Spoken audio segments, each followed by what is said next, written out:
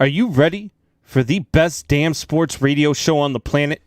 Man Hour Nation, rise up. Man Hour, after dark, say that why I bring you the host, Mike, Buck, and Cole. You know, they ain't more to say sports talk than what you about to hear right here. I second that. Go.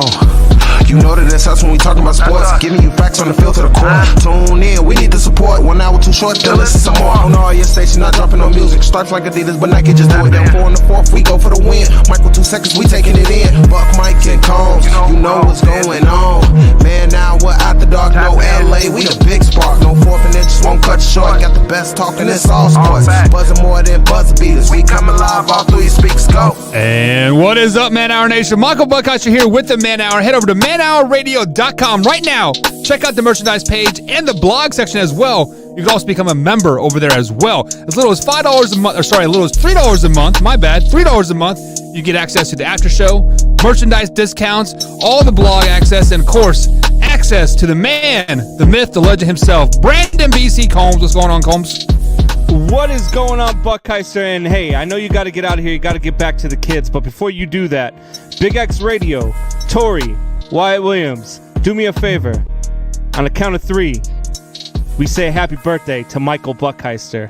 1, 2, 3. Happy birthday, Buck. Thanks, fellas. Now, really appreciate it. Now get your butt out of here and go take care of the kids. All right, you guys have a great show. Peace out, home dogs. See you, bro. Later. That's ice in the veins. That's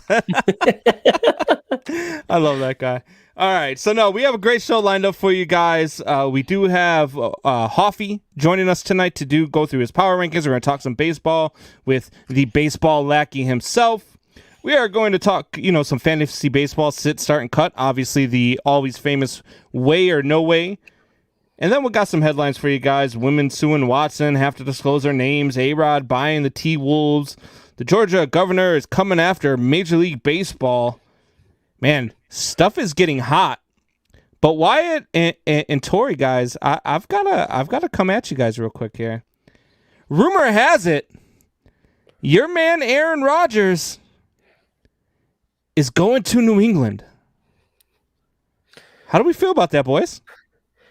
I feel like it's a load of crap, and it's some rumor that some Bears fan, probably named Brandon Combs, just started up out of nowhere just to get under his friends that are Packers fans' skin. That's if I had to guess. And I just happened to say what I did was I sent it to Adam Schefter as a text, and he just tweeted it out. He ran with it. Didn't even check facts. Schefter tweeted it. I didn't see it. I need to go check this. Oh, God, I'm actually a little worried if Schefter tweeted it. I don't know if he tweeted it or not, but I do know that you just gave me a heart attack. Oh, my God. I was ready to race to Twitter and, cuss out Adam Schefter and, man, what are you doing out here? What's going on, Drew? What's going on, Penelope? Eugene, what's going on? No, but look, if anybody could make this happen, Tori, it's Bill Belichick, right? That's got to scare you more than Schefter, doesn't it? Hey, you're off, rookie. You're muted, rookie. Come on. I'm like, wait a minute. My mic's not muted. I'm like, wait a minute. I forgot it's on here. So, freaking rookie, man. Holy cow. This thing is so stupid it makes sense. Hey, Wyatt, why don't you tell this old man how to turn on a microphone, right? Like if the microphone isn't turned on, it's not going to work? Yeah. I think that's how it goes normally. All right, just wondering. That's how mine works, at least. Mine just got the little button. I just barely touch it and it'll mute it. So Drew says he'd finally be playing for a good team. Oh, okay. Oh, we got jokes. Well, Jeez. Drew's got 17 teams. It's easier the Packers to just aren't one of them. Exactly. You don't root for. So, Tori, for real though, Bill Belichick's got to scare you more than Adam Schefter, doesn't he? Yeah, it does. It's like I said, it's so stupid it makes sense. Will it probably happen? No. Could I see something like that happening? Absolutely. The thing is, though, is if they're going to go somewhere, it's not going to be to somebody like the Patriots. They're going to Favre them. Like Favre, they shipped Favre off to the Jets. for a third round pick. Yeah, it was basically, well, we'll probably get a little bit better pick because the Jets aren't going anywhere, even with Favre at quarterback. If they're going to do it, they're going to ship them off to some place where they're not going to be an instant Houston. Super Bowl No. Houston for Deshaun Watson? Anybody? I mean, No, speaking of Bill Belichick in Houston, I saw the funniest meme the other day. And it was like, I don't know how, first off, I don't know how people capture these photos of Bill Belichick. So it shows Bill smiling out the window and he has the shades pulled down. He's like smiling out the side. And it said Bill Belichick's face after he makes 37 false rape accounts on Deshaun Watson and he trades away a third string quarterback and a fourth round pick to get him. I don't know where people get these pictures of Bill Belichick first off. It's so but that true. was so funny that like I can't. It was hilarious. Sorry to go off track, but it just reminded we started talking about the Patriots, Bill Belichick, and Houston. And that is the first thing I thought of was that picture of Bill Belichick in that meme. Why did you see the thumbtack that Buck made for the show on YouTube? No. Oh, go on YouTube and check out the thumbtack that Buck made because he included Bill Belichick and Aaron Rodgers in the thumbtack. So you got to check this out because it was actually I looked at it, I was like, oh man. I was like, wow, that actually looks good. Let's let the record show that Wyatt actually steered a Packer conversation away from the Packers and towards the Patriots. Yeah, that's true. Well, because we're talking about Aaron Rodgers leaving. Aaron freaking Rodgers, man. Look, man. Hello, new friend. Oh my God. I would get that crap off here. Man, Our Nation, I sincerely apologize for that thumbnail, man. I would say for sure that if there's any team in the league that could pull this off, it's the New England Patriots, and for one reason. They don't use their first-round draft picks ever. Ever. They always trade away their first-round draft pick. So if anybody is going to go to the Green Bay Packers and say, hey, you know what? I've got my next 5 first-round draft picks for Aaron Rodgers. Do you want them? And by the way, we'll throw in Cam Newton. No, that makes the offer go down. Just give me the 5 first-round picks and shut up. Right. No, if I get Cam Newton in 2015 where he was an MVP, sure. Not the guy that's shoulder is toast and he can't throw 5 yards. And the guy whose keyboard looks like he's a 4-year-old with a crayon trying to write his name. I mean, yeah. Come on. Hey. Leave Brandon out of this. He was a Marine. No, I eat crayons. I can spell and write with them just fine. It's the eating them that I have an issue with. So, at any rate, look, I think that you seriously need to be worried about whether or not Aaron Rodgers is going to be in a Green Bay Packers uniform next year. I said this at the beginning of last season. Okay. That I don't think at the beginning of the 2021 season, at the start of this season, Aaron Rodgers will not be in a Green Bay Packers uniform as a starting quarterback. And at first, I thought I was wrong. I thought, well, you know what? I was wrong. They had a good season. And then what happened? They decided to kick a field goal in the playoffs. And then he's going on to Jeopardy and being a guest host and getting trolled by guys on the Jeopardy panel. They were trolling about the field goal. They were trolling Matt LaFleur. Right, but I think that obviously. LaFleur. Do you not think that move rubbed Aaron Rodgers the wrong way? Like, if he had a chance right now to go to New England and play for Bill Belichick, he would win. He would win the next maybe 2 Super Bowls. Hey, Wyatt, in New England, and he's not going to win any in Green Bay. Wyatt, did that move go into a body swap here? Because that makes no sense. That makes plenty of sense. What are you talking about? He's got a better chance at winning a Super Bowl in New England the next 2 or 3 seasons than he does in Green Bay. No. How does that not make sense? No. They don't have their defense isn't as good. There's nobody to throw to. Okay. So let me ask you a question. In the last 7 years, how many Super Bowls has he been to? None. Okay. In the last 7 years, how many Super Bowls has Bill Belichick been to with a great quarterback? TOM. I'm telling you right now, Tom Brady is right here. Tom Brady is right here on the quarterback mountain right now. Aaron Rodgers is right here. Aaron Rodgers is not that far behind Tom Brady. And what Bill Belichick did with Tom Brady, he could do with Aaron Rodgers. Hold on. 100%. So you're saying that Aaron Rodgers is the second greatest quarterback of all time, right? If it's quarterback mountain at the peak of it, at peak of Everest. I've already said that Aaron Rodgers is a top 5, if not top 3 quarterback of all time. I've already said that plenty of times. Yeah, I think Aaron Rodgers is one of the greatest quarterbacks of all time. I just think Green Bay's wasted his damn career.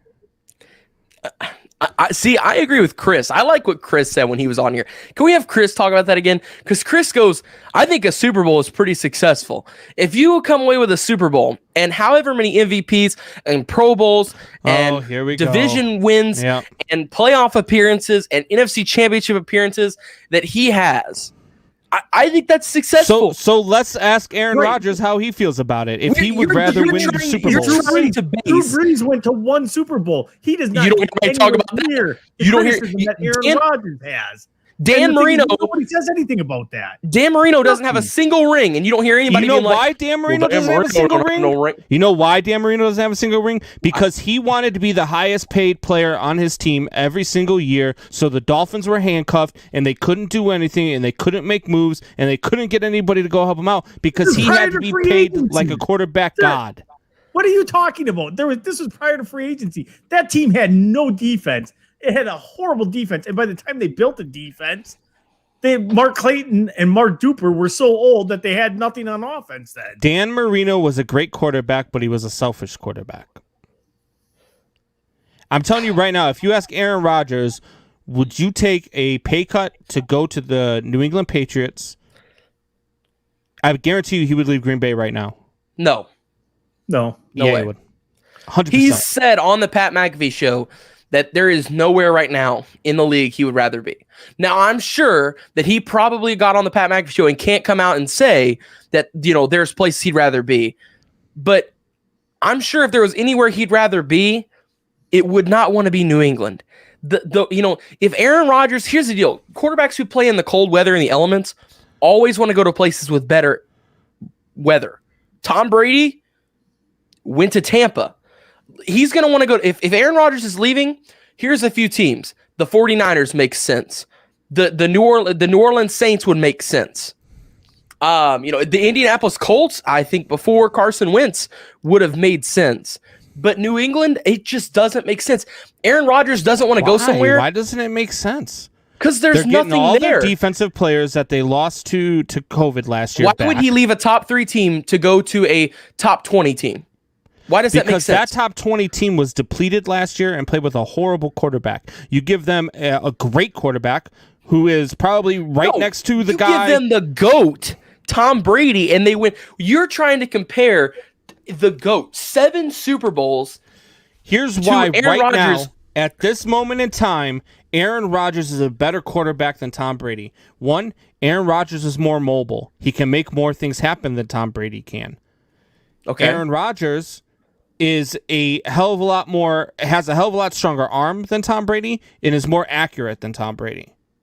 Right now, at this point in his career, Aaron Rodgers would help the New England Patriots get back to the Super Bowl. What position do you think New England has that is better than Green Bay? What position? It's not wide receiver. Head coach. It's definitely not tight end. Okay, head coach. What else? The defense isn't better. They've already proven through the last 20 years. Stephon Gilmore isn't better. Through 20 years, 9 Super Bowl appearances, that they don't have to have the top names and they don't have to be better than anybody at any other position than head coach and quarterback. And they will be better than everybody else at head coach and quarterback again if they have Aaron Rodgers. G-O-A-T. At any rate, the greatest person to ever pick up a football in his life. I'm just a Bears fan who just wants Aaron Rodgers out of Green Bay. That's what I'm going off of. Exactly what There's just a whole lot of spite in that voice. A whole lot of spite. There it is. All right. He said it. There it is. He finally came out and said it. I want Aaron in Chicago. You know what? He won't come to Chicago, so he just needs to get out of Green Bay. Send him to New England. The joke when the Packers traded Favre, and then he ended up with the Jets, and then eventually ended up with Minnesota. The joke was always, "Don't worry, Minnesota, eventually we'll trade Favre and you can have him too. if you put, Or excuse me, Rodgers. I mean, if you put Rodgers on a lot of other teams, I mean, look, Rodgers is just capable of making those teams better. I mean, all right, does he make the Jets a Super Bowl contender? No, obviously not. Does he make the Jets actually have better receivers than the Patriots do right now? Yeah, probably. It's pretty even. I don't know. They both receiving again, course. it's hard to determine that because of the quarterback that the Patriots had last year and the coaching staff that the Jets have had for the last, I don't know, forever. Since it's hard to really compare how good they really are. So we'll see. I mean, we'll find out, and when we do find out, we'll go from there. I don't necessarily doubt that Aaron Rodgers may go somewhere else with his career. But at the end of it, I'm not going to sit here and say that won't happen.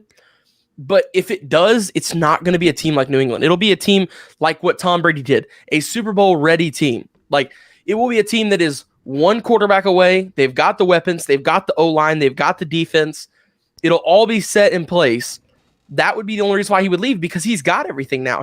He is on. If you take Aaron Rodgers off of this roster right now and put in a good quarterback, I'm saying somewhere, give me a Derek Carr, a good quarterback, not great, not the best, but a good above average quarterback.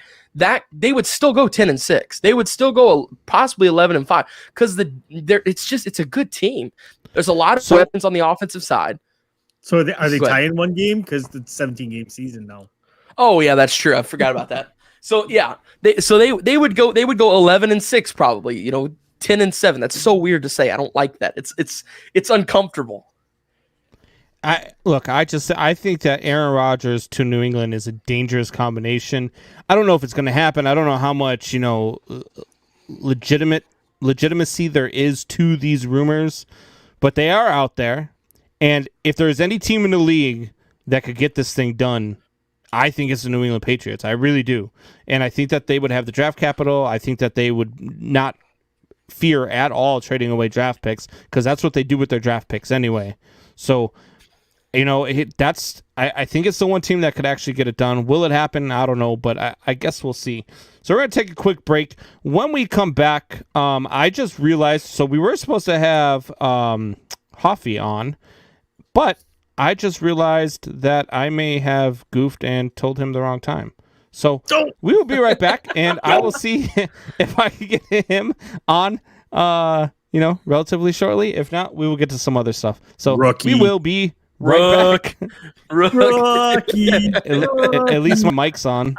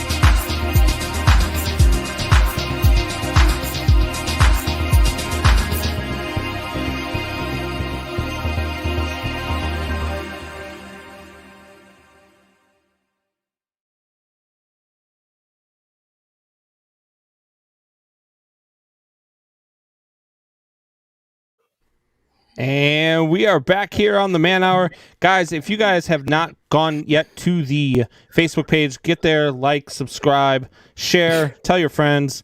Go to youtube.com/Man Hour as Wyatt is cracking up in the background. youtube.com/Man Hour. If you miss any part of the show, you can catch us there. Why are you laughing?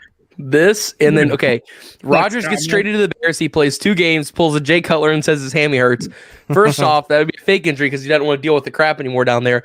Then he says this: Combs dogs Rodgers for the next 15 weeks, talking about how much he hates Ryan Pace and how Nagy can't call plays. That's going to happen anyway. I don't care who the quarterback is. That's going to happen anyway because it's the truth. These guys are clowns. They can't do anything. So yeah, it's pretty bad. I love it. So I did tell Hoffy the wrong time, and so he will be on with us next hour. And we are going to go ahead and move forward with Way or No Way. Are you boys ready for that? Let's do it. We don't have the jingle again because Buck is not with us on Wednesdays. I got to get him to get me the on stuff. Wednesdays. Wednesdays. Sunday. Oh man. Way. You guys are off tonight, man. All day yesterday. On? All day yesterday. I thought it was Monday. All day. What's in your cup, Combs? We are a straight soup sandwich today. might be all right. So if you guys like to, mix drinks or anything like that, anybody out there listening likes to mix drinks, I highly recommend the Major Melon Mountain Dew and Malibu rum. It's fire. Not gonna lie. That's something that a 17-year-old would do at a party. What'd you say? Pick whatever you knocked off from your desk because it's got to be your man card if you're putting Malibu in your drink. Says the guy wearing a Wisconsin hat. All we do is win, baby. All right. So we're going to go with Way or No Way. So did you guys watch the Masters this weekend? Yes. A little bit here best and I there. could. Yeah. The best I could. Right. I had a long weekend. So I followed it as well. I had a long weekend as well. I followed it the best that I could as well. And one thing that came out to me was the number of names that got cut, or that missed the cut, I should say. Rory McIlroy, Brooks Koepka, Dustin Johnson among those names. So let me ask you guys this. With so many big names missing the cut, the Masters just was not the Masters. No way. I think that it kind of follows suit to the NCAA tournament a little bit. Everybody kind of likes seeing those guys that didn't really, haven't been to the top, kind of get their opportunity at it. It would be boring if Brooks Koepka won it every year. It would be boring if Rory McIlroy won it every year. It would be boring if Tiger, and of course, Tiger is not playing golf right now, of course, but it would be boring if the same person won it every year, the same 2 guys won it every year. So I kind of think it's cool. I like seeing the parity in the Masters. It's kind of weird too because a lot of the golfers aren't used to this. This is their second Masters in 5 months. The timeline is off. That's what a lot of them have said. It's weird. It's not right. It's not what everybody's used to. But it's like the book that Michael gave Daryl in the office. Somehow I manage, man. That's how we do it. Somehow we all manage and we all deal with it. So you're going no way. It was just fine. It was still the Masters. Yeah, it's still the Masters, man. I'm still going to watch it. I love it. I'm going way on this because as much as it's nice to see like Hideki was Matsuyama. Yeah. Matsuyama. Is awesome to see that he won first Japanese player to ever win it.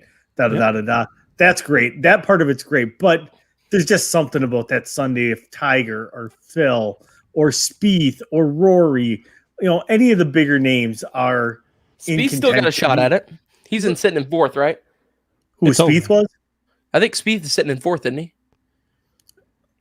I didn't see that. He was in the top 5, I believe. Yeah, I'm pretty sure he's. Let me check on that. Sorry, I didn't mean to cut you off, Tori. Go ahead, buddy. No. But even that, have Spieth going against whoever, another name, it brings that a little bit of extra drama to it. It brings a little bit more to the tournament. Even if neither one of them wins it, that's fine. But if they're there and they're in contention, absolutely. I think it's just overall better for the Masters. It's overall better for the sport and for viewership wise, for them to have the names there, because when you don't, people will start to tune out and be like, I have no clue who that guy is, Yeah. See, now here's the reason why I still think it was the Masters, and I'm going with Wyatt on this one, is that without Tiger Woods, without a Rory McIlroy, without these guys that have paved the way in golf, especially Tiger Woods, there wouldn't be these, non-American players this big into the game. Tiger Woods transcended this game. And when you watch a guy like Hideki Matsuyama, who won the Masters this weekend, win the Masters, he won the Masters because Tiger Woods played the game 20 years ago. And Tiger Woods got people to watch golf. Tiger Woods became an international superstar in the game of golf. And he turned this sport into something that it just wasn't at the time that he came into the sport. And so for me, it was still the Masters. Like, it was still fun to watch. It was still great golf. It ended up only being a one-stroke victory, even though Matsuyama, who was running away with it. I don't know if you guys know this, but every tournament that he's ever played into with a lead on Sunday, Matsuyama has never lost it. He's never blown a lead on a Sunday in a tournament. Clutch. And he almost blew it in the Masters. He only won by one stroke. Bogey, and he had a 4-stroke lead heading in. It? What's that? He ended up putting for bogey, wasn't it, to win it? Yes. Yeah. So, but the one thing, do either one of you play golf? I am starting to get into playing golf. I'm I am doing horrible, my best. but I play. My first set of clubs soon. What is one of the number one rules? You never leave a putt short. A putt that's short can never go in. And so, the fact that he blew it by the cup by a foot, I am okay with that, because technically that's what you're supposed to. You usually want about that 12-inch give. So with that, he missed it. He knew exactly what he was doing. He's like, either I nail it or I don't. I've still got this thing wrapped up. Yeah. See, the putting part of my game has never been the bad part of my game. It's the driving. Like, everything, I don't know what it is. Anything I hit off a tee, either shanks left or shanks right, no matter what I do. Like, I could try to adjust, move my body, move my hands. Give me a half hour on the driving range, and I'll have you hitting it straight. All right. You're on, sir. Come on, Tori. Look, we are going to Top Golf at some point, you and I, sir. Yeah. At any rate, let's do it. We're going to move on here. The next one, let's get into some baseball here. So, I don't know if you guys saw this today, but Marcus Stroman was not happy with the New York Mets. They started the game today. It was raining. He got 9 pitches in, and then the tarp came on the field, and they called the game. And the game is now rescheduled for sometime, I believe, in August. So, I'm going to ask you guys this. Way or no way, the New York Mets owe Marcus Stroman an apology for even trying to get Sunday's game in with inclement weather. Way. Hands down, way. It was raining. It was crappy conditions. The game problem most likely was never going to... The game should have never started in the first place. The thing that makes me mad about it is I'm trying can we get this in, get this in? You just now place profits over your player safety. I have a huge issue with teams doing that. I get that. A lot of teams want to rebound. A lot of teams lost a lot of money last year with not having fans. Like, they're going to do everything they can to squeeze the blood out of that turn-up as much as they can this year. 100%, they absolutely owe him an apology. They tried to force something that should have never even been thought of. That game should have never even thought of getting played at all. I'm completely in agreement with Stroman. Stroman has every single right to complain about the whole thing to the Mets organization, and they should come out and say, you know what, you're right. So What? Hold on, fill me in on that. What is he upset about? I didn't see this. So they started the game. It was raining when they started the game. And 9 pitches into the game, there was 1 out, top of the first inning, 1 out, runner on first. 9 pitches in, the tarp comes on the field, game gets postponed until August. Okay. Why is he upset about? I don't understand. Because he lost the start. They should have never started the game. They should have never started the game. It's not like it was drizzling. It was coming down pretty good. Oh, okay. So he won't get to start the next game. No, he won't start tomorrow because he already started this one. Oh, and okay. I mean, I guess they could, I get it now. but they just won't because of Yeah, you don't want to keep trying to save his arm. Yeah. Yes, I get it now. No, I agree with Tori. Then I was listening to what Tori said. I was trying to pick out what happened because I didn't see that. But yes, I agree with Tori. Yeah, so I'm gonna say no way on this one. I'm gonna say they don't owe him an apology. Look, I get that. Look, Major League Baseball has some of the greatest grounds crews in the world. They've got radar. They've got they listen to weathermen. They do all sorts of things to see whether or not they can get a game in. Okay. And whether or not they need to pull a tarp, whether or not they need to leave the tarp on, whether or not they need to delay a game, all this stuff, they consult with people. Now, as you guys all well know, I could pull up the weather app right now and look at tomorrow, and it could say 67 and sunny, and when I wake up in the morning, it'll be 73 and snowing. Like, the weatherman is never ever right. Like the weatherman he's just not right. So I don't think they owe him an apology. Does it suck? Sure, it sucks. But stuff happens, especially in the game of baseball. Stuff happens, things happen. And so I don't know. Like I don't think they owe him an apology. I think he just has to suck it up and deal with it. I know it sucks, but it's part of the game. And they tried to get in the game, and it just didn't happen. The rain came, and it's just part of the game. So he needs to deal with it. Anyway, moving on to the next one. MLB needs to reevaluate the sliding to make contact rule. So I don't know if you guys know this, but if a runner is going into second base and he's sliding into second base to break up a double play, which is a part of baseball, Tori, am I wrong? You're muted again, You're Tori. muted. No, it's through StreamYard. You're muted. Oh my God. What is going on? How did you do that? So who muted me? You muted yourself because I tried to mute you. I didn't touch anything. It says the cannot. Oh, it said could not unmute host. Their mic is not connected. So something was wrong with your mic. It was not connected to StreamYard. But at any rate, Sandwich.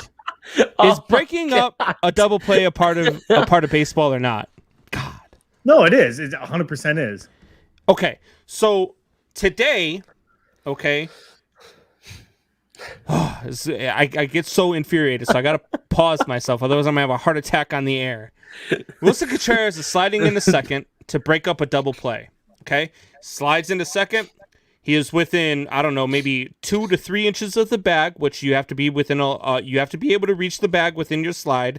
You can't change the route to make contact with the fielder. He did not make contact with the fielder. Did not change his route. Just ran to the bag. Freaking slid a little bit late. I'll give him that. They slid a little bit late, but he was within the rules of everything. The umpire said that it was a good, clean slide. Only called him out at second. Called the ball gets thrown into the dugout. Rizzo moves from first to second, and the Cubs are rolling, and they have a runner on the board. There's 2 outs, and now they're down by 1 run. They go to replay, and replay reverses it, and they have no explanation as to why they reversed it. So, what the hell is the rule? Why have a rule that you yourself can't explain? Why can't we get an explanation on this? Like, there was no explanation. There was no explanation whatsoever. They asked him about it. They said, we called the replay official. He said to reverse the call. He said he's out. But why? That's what we were told. So, something's got to give. Something's got to get, because he doesn't make contact with the runner. He slides onto the base. He stays on the base. And the fielder, like normal, has to jump over him and throws the ball 50 feet over the guy's head into the dugout. So why does MLB have this rule? I didn't see the play. So did he? So the second baseman had the ball. Yep. And he made got the throw from the shortstop. Yep. Never even made contact with the fielder. So he's still within. Because what is it? Rule 207 point something. Yeah, it is the slide rule, and yeah, as long if it's in play, he makes the slide but doesn't make contact, he's well within his rights. Yes. So, what was he actually out on the play? No, was he safe? he was out on the play on the force out, but he broke up the double play. So Rizzo was safe at first, and then since the ball went in the dugout, he advanced a second. And then they reversed it and called. They reversed it and called Contreras out for interference and called Rizzo out. So it's an ending double play, and the Cubs get a run taken off the board, and they end up getting shellacked in the game. So it was really a moot point because, I mean, could the next guy have gotten a base hit and then 2 more runs score and it's a different game? Yeah, absolutely. But they still lost 7-1 today. So I'm not making excuses for this is why they lost at all.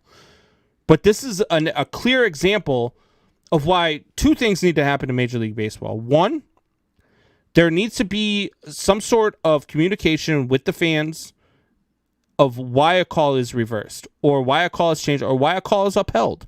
There should be, I don't care if it's a mic'd up official. I don't care if the official has a direct contact with the PA announcer and the PA announcer says this is why the call is reversed or this is why the call stands. I don't care how they do it, but it needs to happen because the fans who are paying fans, and whether we're watching it on TV or we're watching it at the stadium, we are paying fans and we are watching the game. We should know why a call is made. Oh, absolutely.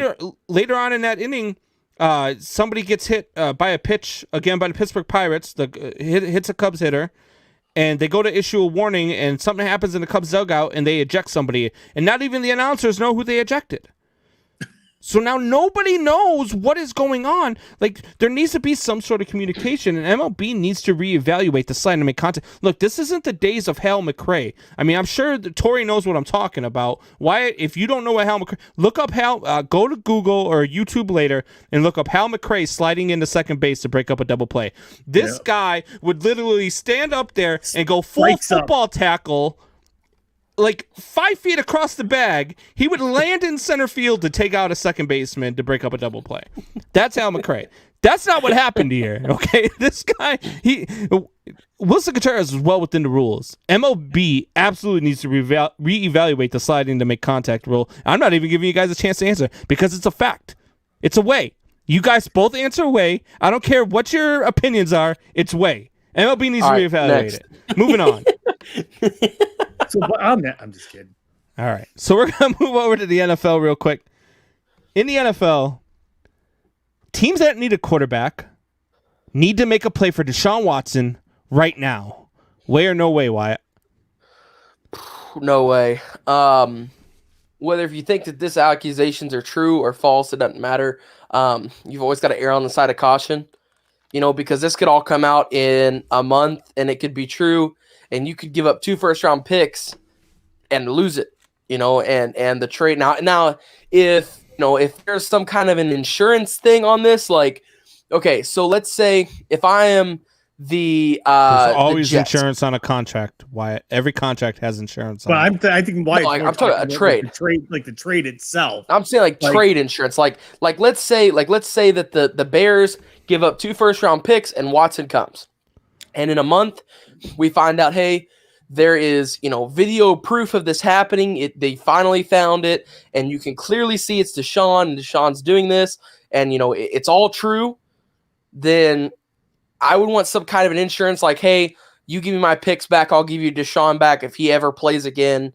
I just think it's too risky of a move at the moment, in my opinion.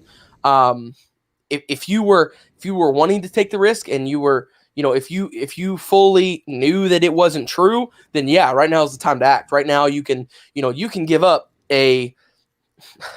probably your toaster and your coffee machine on the second floor of your team building and get him right now. I mean, right now is the time to go if you're going to get him, but are you willing to take that risk at the moment? And if you do take that risk, is there some kind of an insurance thing that says, I can get my picks back if this comes true, or I can get at least a pick back, something, whatever it may be along those lines. So, I'm going to say no way. I wouldn't. I'm sure there's teams that would. I'm surprised Washington hasn't yet, because Daniel Snyder will be like, hey, if this is true, we can go party together, So, I mean, it's true. So I'm surprised that Washington hasn't made some kind of a move on this.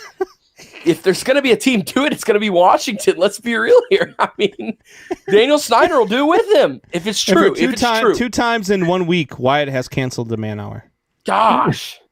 No way. I wouldn't. I totally wouldn't. Demonetized. Yeah, exactly. So no way. Tori? So I think, yeah, absolutely teams if they should strike. But like Wyatt said, there's got to be a contingency because like right now, before they were talking probably 3 firsts. Now you're probably, even with the hit to his value, you're looking probably still 2 firsts and probably a 3rd or a 4th round pick to go along with it. Well, you're gonna have to give up something for sure. Yeah, but now say okay, something does happen. Well, we get those picks back, but we still owe you compensation for doing the deal. They might say, well, you got to give us a 2nd round pick or whatever. So I honestly think, yeah, that they could. To me, like the whole thing just still kind of stinks to high heaven. It just, yeah. I mean, maybe there really is like 22 women, and he could be a complete womanizer. There again, I don't have the facts. I don't have anything like that. Womanizer. No, just kidding. This has, in my opinion, it has Jack Easterby written all over it. This guy, yeah, his name keeps popping up, and not one person has been like, he's a great guy. It's been like, he's a snake in the grass. The guy was like the team chaplain for the Patriots, and all of a sudden he's like the vice president of like the Texans. So he's got some power, some juice somewhere, and he is literally just trying to destroy a man's name. And that's just I would love all to see just to that keep him in Houston, all because he does not want to get rid of Deshaun Watson. He wants Deshaun Watson to be the Texans quarterback, and Deshaun Watson wants out of there, and he's like, haha, watch this. Like, I don't get it. But yes, if you are a team that needs a quarterback, you absolutely need to go get Deshaun Watson right now because 2 reasons. 1, the guy's a great quarterback. 2, you're never going to get him any cheaper than you should be able to get him right now at this moment. Yeah, right now. No. So I would go after Deshaun Watson. I would go and get him. Do whatever you need to do to go and get him. And again, you've got insurance on the contract. Is there going to be some insurance on the trade? Sure, maybe you can work something into that. I doubt it. I doubt that the Houston Texans are going to be willing to give that. But this guy here needs to be a starting quarterback for a franchise that deserves to have a starting quarterback moving forward, i.e. the Chicago Bears. So they you got Andy Dalton. You guys are good. Look, you guys got Andy. According to Buck, just to get a quarterback right now. At this point, just to get a quarterback, I would pay off the women to be quiet if I needed to. Just to get a quarterback here in Chicago, I would do whatever needed to happen to get this to go away. But no, for real. I mean, people. Like, he's talking about you get this show canceled. We're gonna have a women's advocacy group coming out tomorrow. Combs, me too, man. Remember that. Teams that need a quarterback.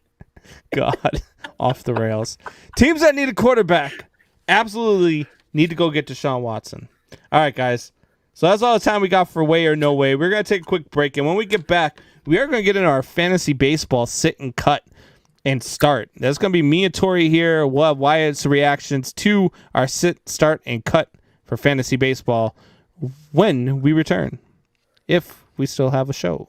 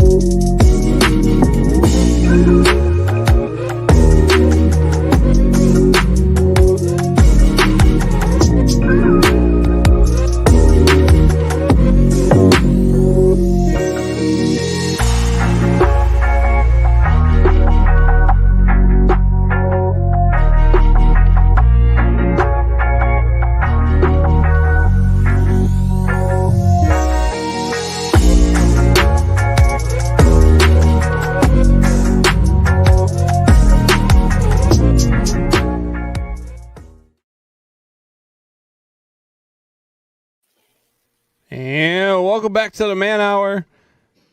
Guys, we're still on. We're still live. We made it through the break, Why- guys. over there.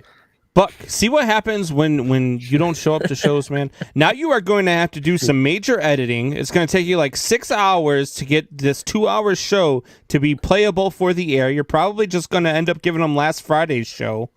So I don't know Well, what to tell you, we buddy. gotta go. No, we gotta have our show go like 5 or 6 minutes over tonight, so that way Buck has those extra 6 minutes to edit into the parts that we were, uncultured. Ah, that's smart thinking, Wyatt. That's why we keep you around. There's not just air underneath that hair, is there? There's a lot of it, but not all. All right. So we're gonna get into a new segment here, which is bench. What the heck just happened? Which is bench, start, and cut. Tori and I are going to give you our 3 guys in fantasy baseball. 1 that you need to sit, 1 that you need to start, and 1 that you need to cut. So, Tori, I will give you the honors. You can go first. Who are you benching? Right now, I'm benching Yelich. Probably a high draft pick, most fantasy leagues. He is, I don't know. Well, he left today's game with back soreness today. But prior to that, prior to the game actually on Saturday, he'd had 21 at bats and struck out 10 times. I would let him sit, let him, figure out whatever he's got going on, and leave him on the bench until then. Because right now, if you have him in your lineup, he's not doing a whole lot for you. And I can speak from experience because guess whose lineup he is in. So guess whose bench he's going to. So I will take my own advice and I will probably be benching Yelich I'll until make a he trade comes out for of you. the funk. Because I'll make a trade with you. What's that? I'll make a trade with you. Why do you got Javi Baez? We'll talk after the show. All right. So you're going with just because he's struggling early? I mean, it's still early in the season. Yeah, that's why I'm just putting him sit. Just let him sit for a while. Yeah, I'm sure his bat will eventually come around, but he's swinging at everything. If you're playing fantasy baseball, he is not giving you any points at all because He did hit 205 last season too. Yeah, which is concerning as well. Yeah, and he's striking out at a phenomenal rate right now. I mean, Yelich he's not looking Christian Yelich like, that's for sure. No, and I do like some Christian Yelich. Like, look, as a baseball fan, this guy is a consummate professional who just hits the cover off the ball when he's right, and right now he's just not right. So I agree with you. That's a good sit. I'm going to go ahead and bench Colin Moran of the Pittsburgh Pirates. He's off to a hot start. He's probably a good fantasy play most weeks anyway, just because he's one of the top bats in that lineup. But this week, he's going to face the Padres, in which he's going to face Darvish, Snell, and Musgrove in 3 consecutive days. So not a very fun task. And then he's going up against Milwaukee after they leave San Diego, where he's going to have to face Brett Anderson and Freddie Peralta. So there's going to be 5 days there of this next week where Colin Moran is just not a safe start. He's just not. So for me this week, that's who I'm sitting. Who are you starting, Tori? Phillip Evans from the Pirates. I'm actually going with a Pirate here. Phillip Evans has been kind of a minor league guy. Yeah. He's been bounced hot, around though. a little bit. He was with the Mets for a couple of years. He came up last year, played, 11 games last year, but hit 359. He's played 6 games so far this year. He's hitting 368. I'm starting to see a little bit of a pattern with him. He's about a 280 hitter in the minors, but Phillip Evans right now, if he's available in your leagues, pick him up. Especially if Cabrian is going to be out for any amount of time, because I believe they both play third base. So if he's out, pick him up and play the crap out of Phillip Evans for me right now. The guy has done nothing but hit the cover off the ball since they inserted him in the lineup. So 100% put him in, and he's done it against quality competition. Yeah, I mean, they just played 3 games against the Cubs, so I wouldn't exactly say quality competition. But no, he's done it against, look, he's still hitting the ball. Whether whether you're hitting the ball against, the weakest of the teams or the best of the teams, you're still hitting the ball. And the kid's on fire. And I think that he's definitely capable of keeping it up. And so we'll see how that goes. Me, myself, I'm starting Justin Turner this week. And here's why. Now, not only is he facing Colorado and he's going up against Sam Zatella, Gamber, and Gray. So he's going to have two really good starts against two guys. And then you get Sonny Gray in there. And that's even still, I think that's probably a really good start for you. Because I don't think Sonny Gray's all he's cracked up to be. And then I just talked about Darvish and Snell. He is going up against Darvish and Snell in the back end of the week. However, Justin Turner is a .398 hitter against Yu Darvish in his career. And last year in the World Series, he hit .322 versus Blake Snell. So I really, really like Justin Turner this week. I think Justin Turner is going to do really, really good things this week. I think he's going to put up great numbers. He's already started off hot. He's swinging a hot bat, and I think that just continues through this week. I don't see any signs of slowing down by Justin Turner. Wyatt, you have any input on any of this? Yes. So my big question to you guys, because we've kind of gotten our base feel for the first, section of the season. Who is your all's most disappointing player so far since we began the MLB season for fantasy baseball? Hold on, Wyatt. Who are you playing this week in our league? Huh? Who are you He's playing playing against me. this? Who are you playing against this week? No, this next coming week. Because I don't want. If you're coming up against me starting tomorrow, I don't want to give you any good advice.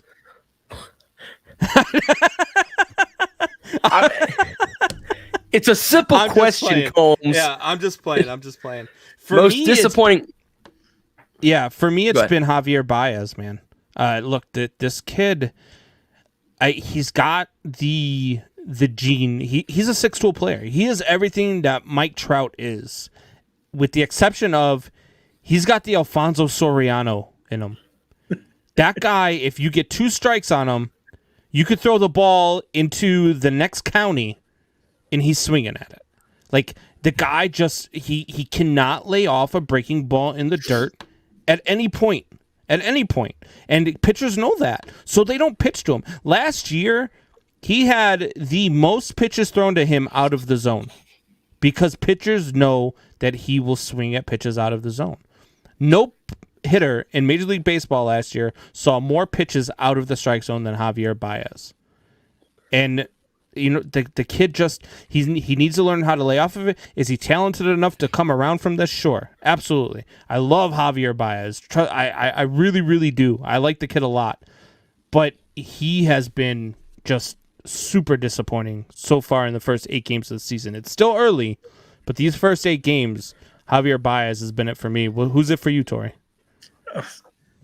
Tatis Jr. so far. Oh, come on now. And there again, it's through no fault of his own. It's through injuries. Gosh. It's not his fault. So is he disappointed? Probably. I'm disappointed because he's on my fantasy team. But still. God, you got yellow shit. It's not his fault.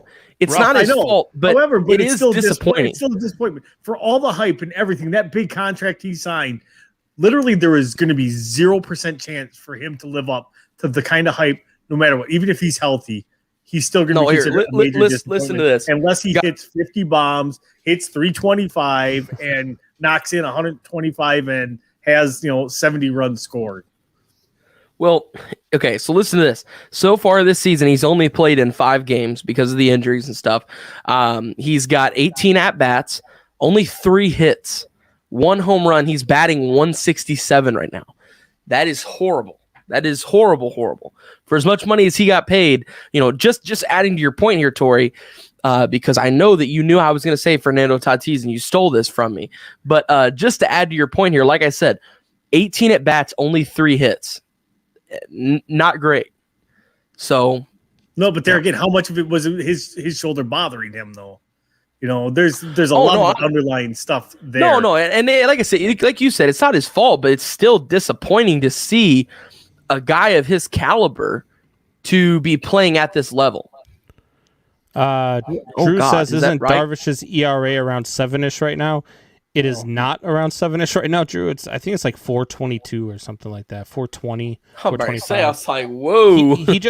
He just went an outing. His first outing was a little rough. But he just had one where I believe he went 7 8. It was a quality start anyway.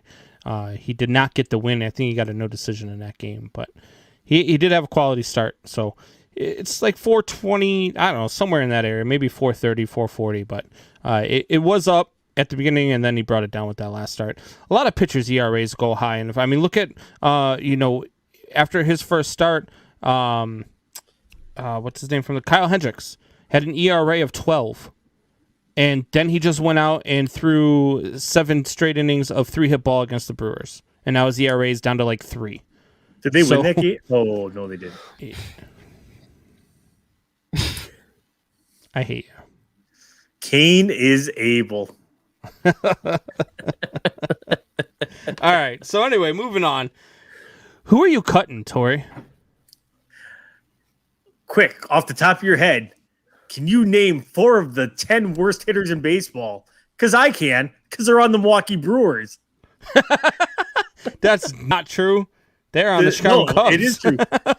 Jackie Bradley Jr. hitting .083. Urias, that's normal for Jackie Bradley Jr. Hitting though. 105. Hira hitting 107. Yeah. Yikes. So literally cut any Brewer hitter that's not named Travis Shaw. Otherwise, him and Yelich are pretty much only 2 right now that I wouldn't cut. The rest, and Kane, I would guess. The rest of them, they're trash. They are trash. We are back to the free swinging ways of the way that they were about 5 or 6 years ago, except we got guys that can't knock it out of the park constantly. Yeah. And you went with me on this one, man. You went with a homer pick here because I said cut any Cub not named Chris Bryant. Right. The Cubs. Yikes. The Cubs were hitting as a team less than all of the pitchers in Major League Baseball.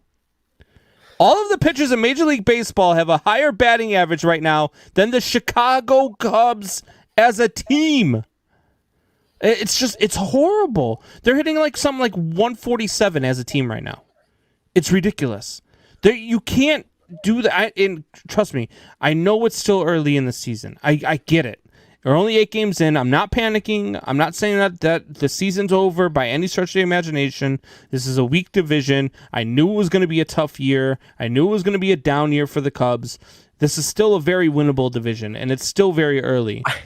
But the signs of what we've seen over the last 3 seasons from the Cubs with their hot and cold hitting, and seeing that again this early, it's a little concerning for me. I love the addition of Jock Peterson. I love the flair that he brings.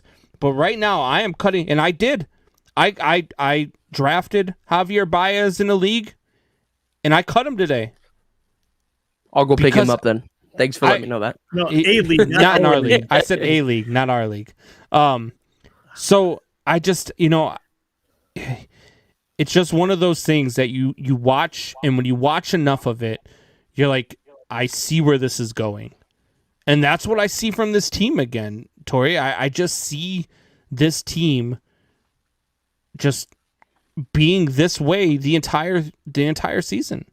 Well, and the worst part is they're still 500.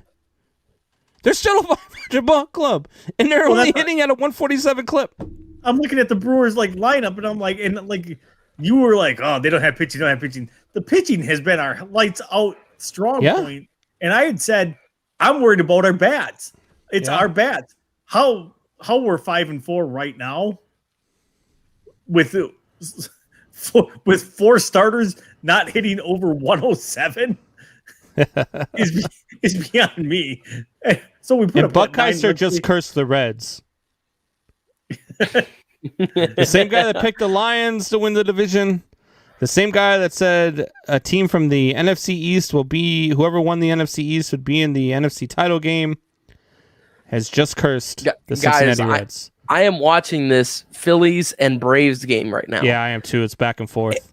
And it's great. Yeah. This guy, Nate Jones, the pitcher, has the weirdest pitching form.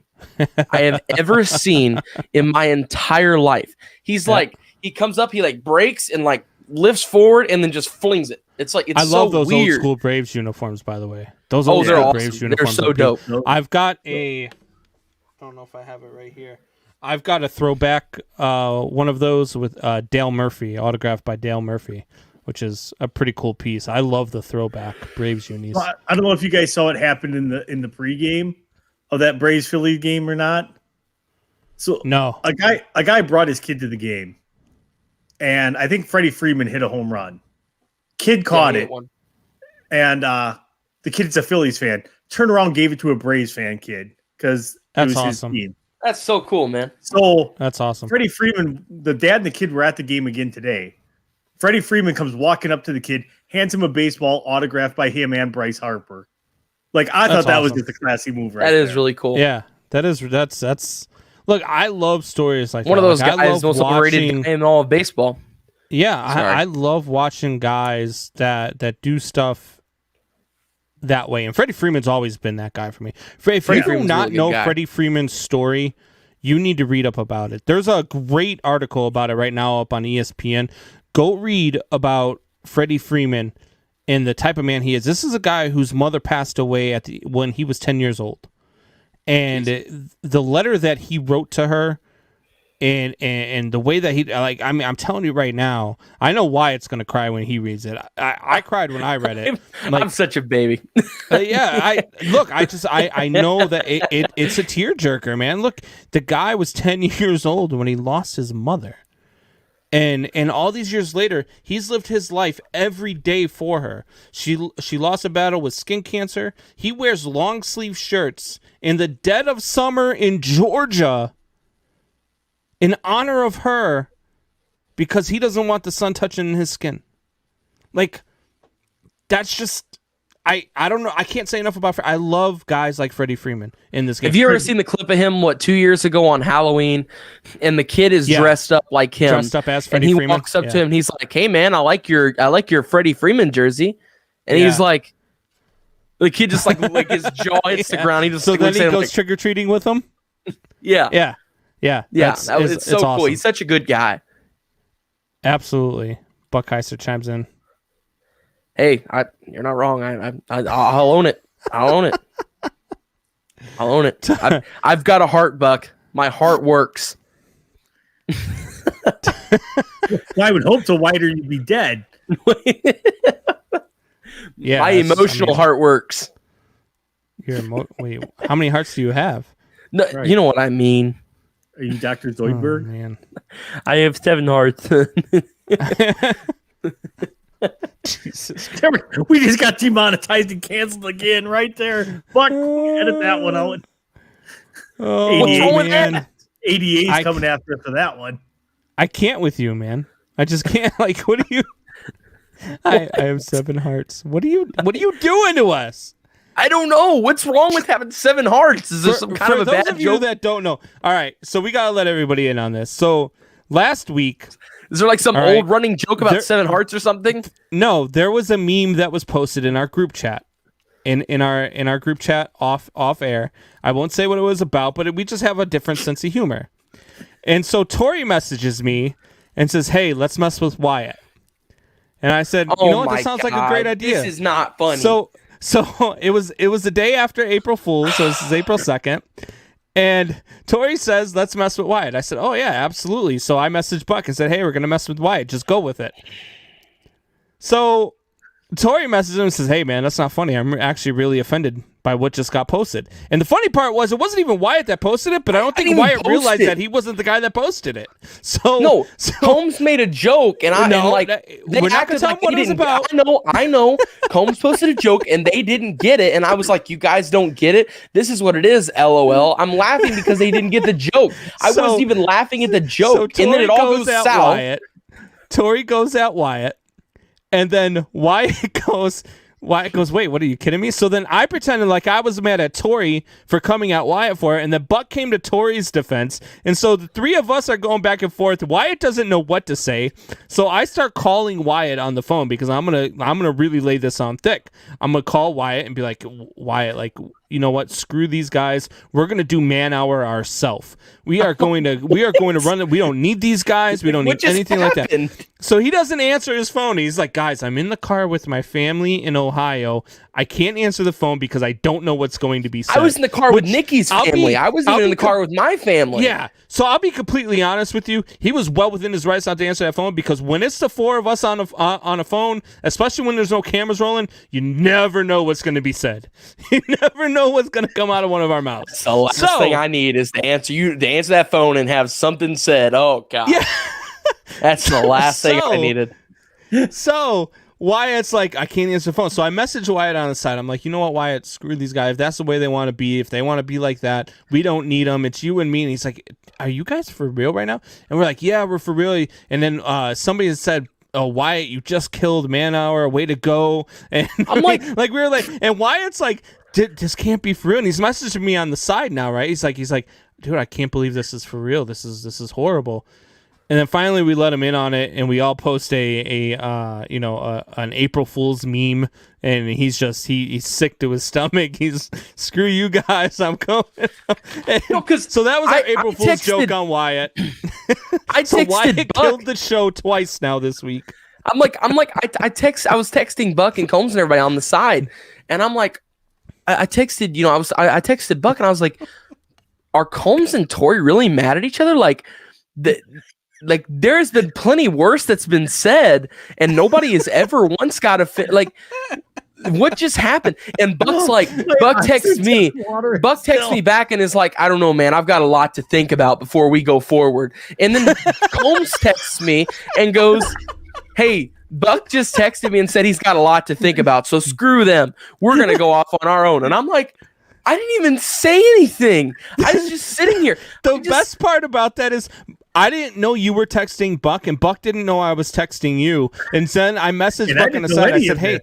I said, hey, is Wyatt messaging you? And to the best, Tori was in a meeting. So Tori messages me back. He's like, hey, guys, I can't answer this call. What's going on? And he's like, are we still messing with them? I'm like, yeah, we're still messing with them. It's even better now. And so we had no clue. Buck and I had no clue. Each one of us was talking to Wyatt on the side, laying it on even thicker. So that just made it even more believable for Wyatt. I believed it. No, it was the best I was sitting in the car. Ever. I was sitting in the car, and I'm like, for the first probably this went on for like an hour, 45 minutes to an hour. For the first 20 minutes, I'm like, there's no way this is real. Like, they're 100% messing with me. This is all just a joke. Ha ha ha, whatever. And then I start texting you guys on the side, and there's Buck is like, I've got a lot to think about, and I'm like, what is happening? What is going on? Jeez.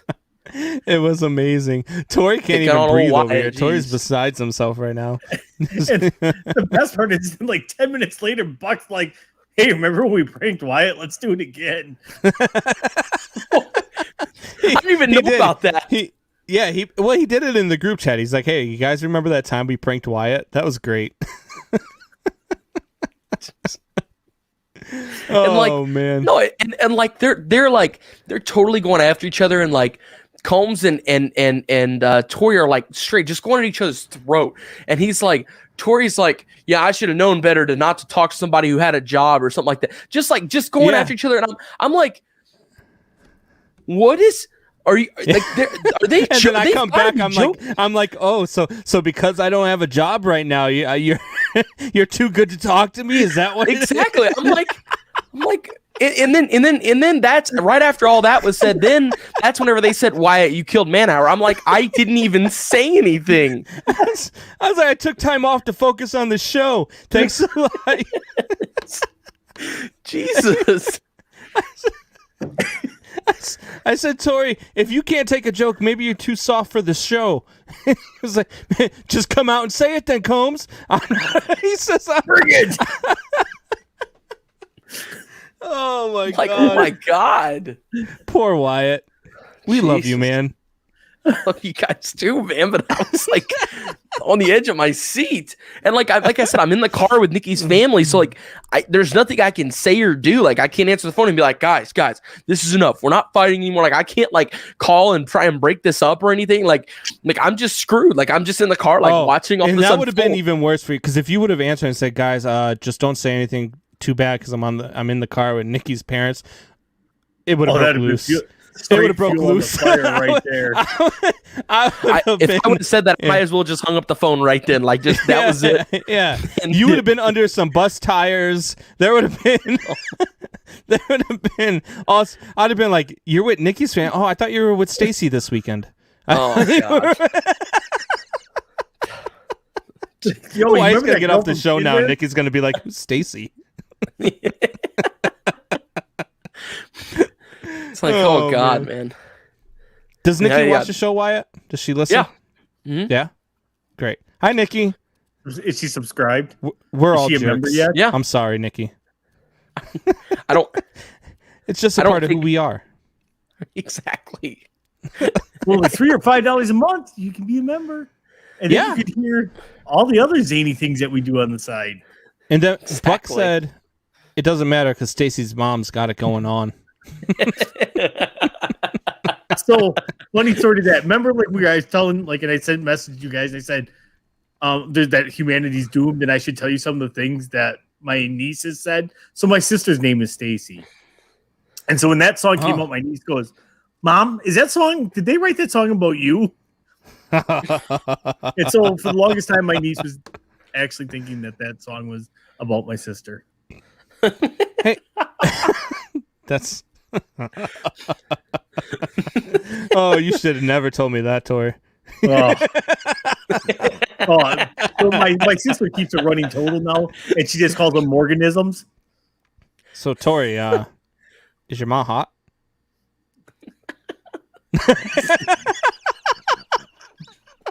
You know, The show goes off the rails way too much when Buck I would is not jump in here around. and help you out, Tori. But you I'm know, turning- you spent so much time giving me crap about my grandma that you know what? I'm turning you to the fire. I am turning you right to Tori? the fire. Go ahead. Pappy, Tori, what's going on, Pappy? Get off my lawn! I'm telling you right now, there was no better chat than last week when Tori and Nana started talking about, you know, waffles and French toast and breakfast and yeah, especially when, Nana came in with some good fire, man. She had to go. I was dying. Nana I was was laughing straight so fire hard. last week. Oh, I was crying. I was laughing so hard, The like I am now. the fiery side of her definitely showed out. We're if we're not canceled by now, we are definitely as Nana for the chimes win. in again. Nana for the win. Nana just hit a 3 at the buzzer. French toast. You know, it's funny. Wyatt, did Nana go missing for a couple days? Did she take a road trip north last week? You don't want to talk about it, huh? I don't All know. right. So before I'm ready we to go off move the on. rails Can we have too a break much- coming soon?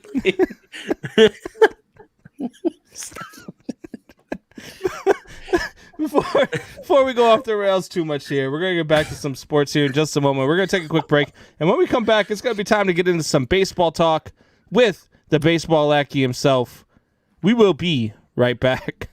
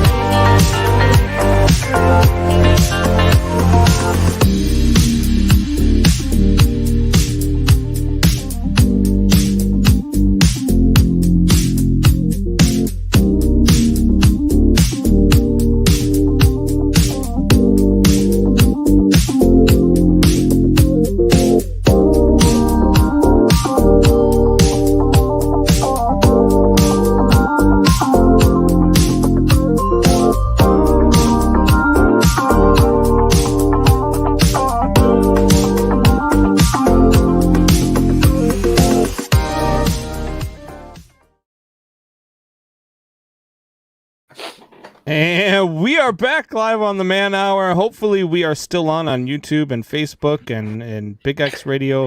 It still says live in the top left corner. So yeah, hopefully they have not shut us down yet, especially after talking about poor Nana like that and all the things that we did to Wyatt. And yeah, we got a little off the rails there. But let's get back to some sports talk. Let's bring on the man himself, the baseball lackey. Hoffy, what's going on, brother? If we're not off air, we're about to be, huh? Yeah. Whoa, buddy. That mic is loud. Oh, coming in hot? Coming in hot. That's all right, though. We got you. All right. So was that Charlie Brown's teacher that just came in? all right. Is that better? Absolutely. Sounds good.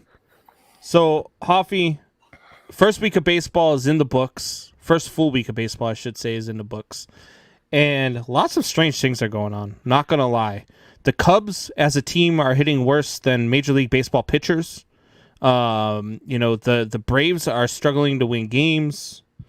The Cincinnati Reds are atop of the NL Central. What is going on in baseball, Hoffy? And the Red Sox are in front in the AL East. Yeah, after starting out 0-3, they're now 6-3. They're on a 6-game win streak, and they did it against Tampa Bay. They swept Tampa Bay. Yeah, what is going on in baseball? Tampa Bay just beat the Yankees, who we all thought was going to be which we all had top 3. So yeah. So is this just a product of it being early in the season? Absolutely. I think the first month is always just a feeling out process, and I mean. I have the Red Sox in the top 10 for the power rankings, but I mean, I'm sure after their afternoon game with the Twins, they'll be back down to like number 20. But when you go on a 6-game win streak, and you're in front of your division against, the Yankees and the Rays, who, like you just said, they just swept the Rays and the Rays just, took 2 out of 3 from the Yankees. So, are the Red Sox legit? Probably not. But you got to think they are right now when they rattle off 6 straight. Now, another team that is really surprising me is Torrey's Brewers.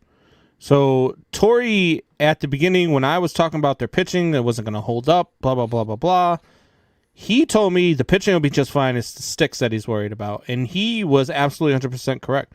The pitching staff is carrying them right now.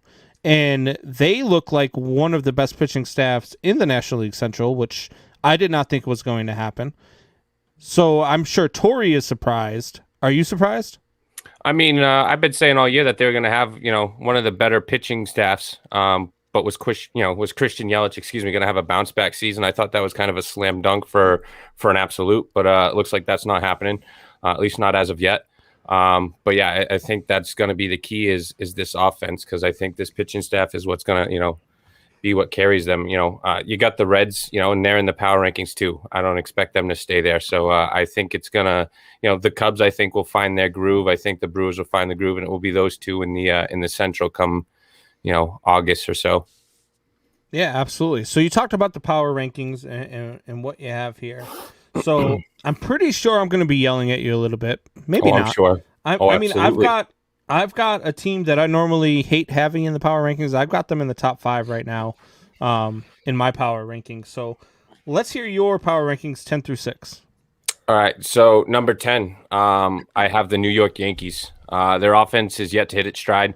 The pitching staff leads the league in strikeouts. Going into this weekend, the Yankees staff had one game where they allowed more than 3 runs, and it took extra innings to do it. But to start their season, losing 2 out of 3 to Toronto, they bounced back 2 out of 3 from Baltimore, but this weekend, 2 out of 3 from Tampa Bay, that hurts. Yeah, for sure. And I don't have the Yankees in my top 10. I don't. I get what they're supposed to be. I know what they're supposed to be, but with it being a week-to-week power ranking, with the way that they are playing right now and with what I'm seeing from them, I mean, you look at, and I know, Tori, you know this too, when you're watching the Yankees, you're looking at guys like Aaron Judge, Gary Sanchez, Giancarlo Stanton, who we're used to seeing it from him, just strike out at a phenomenal rate. Tori, you got any problem with the Yankees being on number 10? I do, because I just hate the Yankees, though. They belong at the bottom no matter what. I don't care if they're undefeated. No, actually, though, with the game, I'm okay with it. probably the best team in that division. I really hope Toronto takes that real big step forward and takes the division from them. And I hope the Red Sox can keep it up and knock the Yankees down another peg. Oh, and let's get the Rays to bounce back and knock them down another peg. And I mean, let's just go with the Orioles too and hope they can knock them down to the bottom of the division because yikes, now you're stretching. A last place Yankees team is a good year in my book. That would be phenomenal. I think that would be scary. I'm not going to argue with you, but it ain't going to happen. No, it's not. No, there's literally no way that happens. Zero chance that happens. The Orioles got that spot pretty well sewn up. Pretty much. Wyatt, what about you? The Yankees in the top 10 go with you? Yeah. Yeah, good take. All right, so Hoffy, who you got at number 9? So number 9, I made sure I did not wear a Red Sox hat today. But at number 9, I have the Red Sox. 6 straight wins after being outscored 18-5 in their first 3 games against the Orioles. But you bounce back, you sweep a Rays team that most believe was a top 10. And like we said earlier, they just took 2 out of 3 from the Yankees. You got J.D. Martinez. He just had a 3 home run game against the Orioles in the last game. Leads the league in home runs, RBIs. Most importantly, they're first place in their division. But a big step coming forward. They have 4 games against the Twins coming up, and then they welcome Chicago, Toronto to town. So, like I said, I don't be surprised to see them fall right back down into third in their division and into the 20s. Yeah, so I've got the Red Sox in mind too. I've got them a little higher. I've got the Red Sox at 7 in my power rankings after this last week.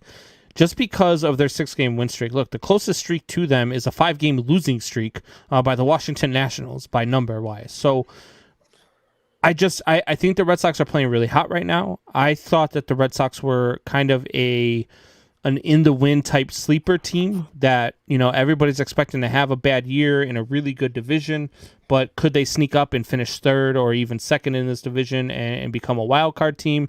They play different under Cora. So I don't know. Like I feel like right now the way the Red Sox are playing, I think it might stay trending that way for a little bit. Could they be that team that come the All-Star break, we're talking about whether or not they need to be sellers or buyers because they do have a shot at a wild card potentially? I think that they could be that team. So I do have the Red Sox a little bit higher just because I think they're a little bit better than the other 3 teams that I have below them in my power rankings, which would be the Indians, Brewers, and Giants. Yeah, I mean, I don't mind the Red Sox being there at number 9 for you. I just have them a little bit higher. I think you just didn't want to be called a homer. Tori, you all right with the Sox at 9? I am.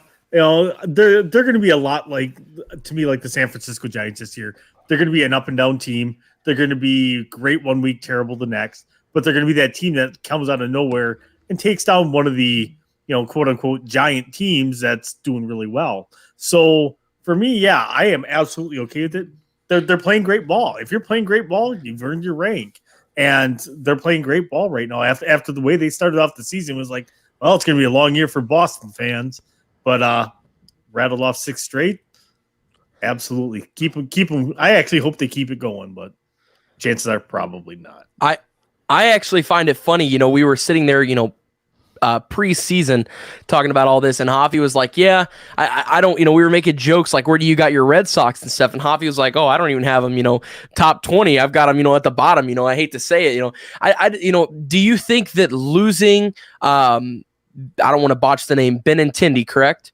Mm-hmm. Yeah. Correct. Okay. Do you think that was possibly a good thing? I mean, I know it was a heavily criticized move, but they've been successful. Do you think that helped in a way? I mean, yes, in a way. Benintendi was a star, but and me and Combs have talked about this. He's a doubles hitter. He hits for average. He hits RBIs. The Red Sox tried to completely change up his offensive swing, his launch angle. Tried to turn him into a home run hitter. So yeah, I do think that it would have been beneficial to the Red Sox to allow him to play, Benintendi ball. But yeah, I do think getting rid of him is going to help them. In the long run, but I do wish that Benintendi was still in left field. How long do you think they're able to continue the run they've been on? Comes you guys too. How long all you guys? I mean, they're about to face the Twins, the White Sox. I mean, I think it all ends right here. I really do. Yeah, I was gonna This say is the one probably shining until they go moment. on the. I was gonna say probably until they go on the West Coast swing, because that AL West is gonna be a tough nut to crack. But I don't know. I think this is just it's just a different team right now, and they're a different team when Alex Cora is there, and I think that he's doing a great job with them. I think that the Red Sox are one of those teams, like I said, that at the All-Star break we could be talking about whether or not they should sell or buy at the break, whether or not they should make a run at a wild card spot. So take him back, says Buck. he says Talking about Benintendi is only Benintendi. hitting 190 for KC before today. Then take him Again, back. we are only 8 games in, and I talk about this with fans all the time. And 190. He's the third best hitter on the Brewers already. Yeah, and he'd be the best hitter on the Cubs. So we're only 8 games in. Okay, it's still early in the season. Numbers will even out, and some guys are just notoriously slow starters. I know Anthony Rizzo will hit like 175 until May, but he'll finish the season at 290, 300. So just give it time to play out. Let the weather warm up. The bats will warm up. Teams will get better than what they're showing right now. It's still early in the season. Hell, I'm watching. I said earlier the Braves have struggled to win. I'm watching a game here in the background between the Braves and the Phillies that is just back and forth, back and forth. I mean, it's now 6-6, and it's just home run after home run after home run. Every time Acuna just hit a bomb, just a bomb just now, and these two teams are going to be in the top 2 of this division. Acuna is a different animal when he has on these Braves throwback jerseys. Yeah, for sure. All right, Hoffy, we got at 8. All right, at number 8, I have. I mean, you guys are gonna hate me for this one. I have your Cincinnati Reds. Ooh, I have them higher. After ranking 27th in runs last year, the Reds, they lead the league. With most runs scored and own the best OPS. They got four hitters: Nick Castellanos, Mike, Jonathan, Nick Senzel. They all rank, in the top 25. However, 3 games against the Pirates, so take that with a grain of salt. But this lineup can be a top 5 in the NL. But is that actually going to happen? So you butchered the name a little bit there. It's Nick Castellanos, but that's all right. That's why we call you the baseball lackey and not the baseball wizard. It's Nick Castellanos. And he is. I love Nick Castellanos. I think that the Cubs 2 years ago, before last season, I said that the Cubs needed to retain this guy. I think that he's a solid bat. He's a fire starter.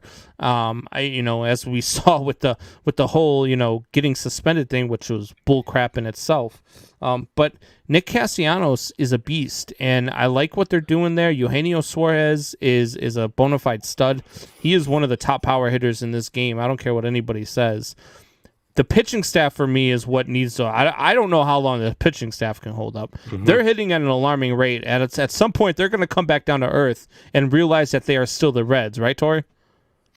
Absolutely. I mean, if they would have been able to retain their pitching staff from last year, I'd say we'd have to take a little bit more serious this year. But who do you got left over from last year besides Castillo? Well, they lost the best pitcher in the league in Trevor Bauer, so I knew that was coming. Is he under investigation for cheating? He is. Oh, did you see his Twitter? He had a big Twitter comeback about that. But I don't. The Reds. I think the Reds will probably come crashing back down to earth this week. They play an equally just as good San Francisco Giants team. There again, it's like I said, those West Coast swings can be hard. Mm-hmm. Arizona is terrible. So I expected. Team, yep. Yeah. Yep. So I expect them to come crashing back down to earth this week against the Giants. Like I said, the Giants are not going to be world beaters this year, but they're going to be a lot tougher out than what people are giving them credit for. They could end up being about a 500 team. They're one of those to watch out for if they can start throwing money around at getting some pitching again. Give them 2 years, they'll probably be a contender. But I think the Reds will come back to earth. But I give them credit; they've got a lot of young guys. So if they can build, they're going to build. So why? If your next comment is going to be anything about Trevor Bauer, it's not, but it's about something else that you love.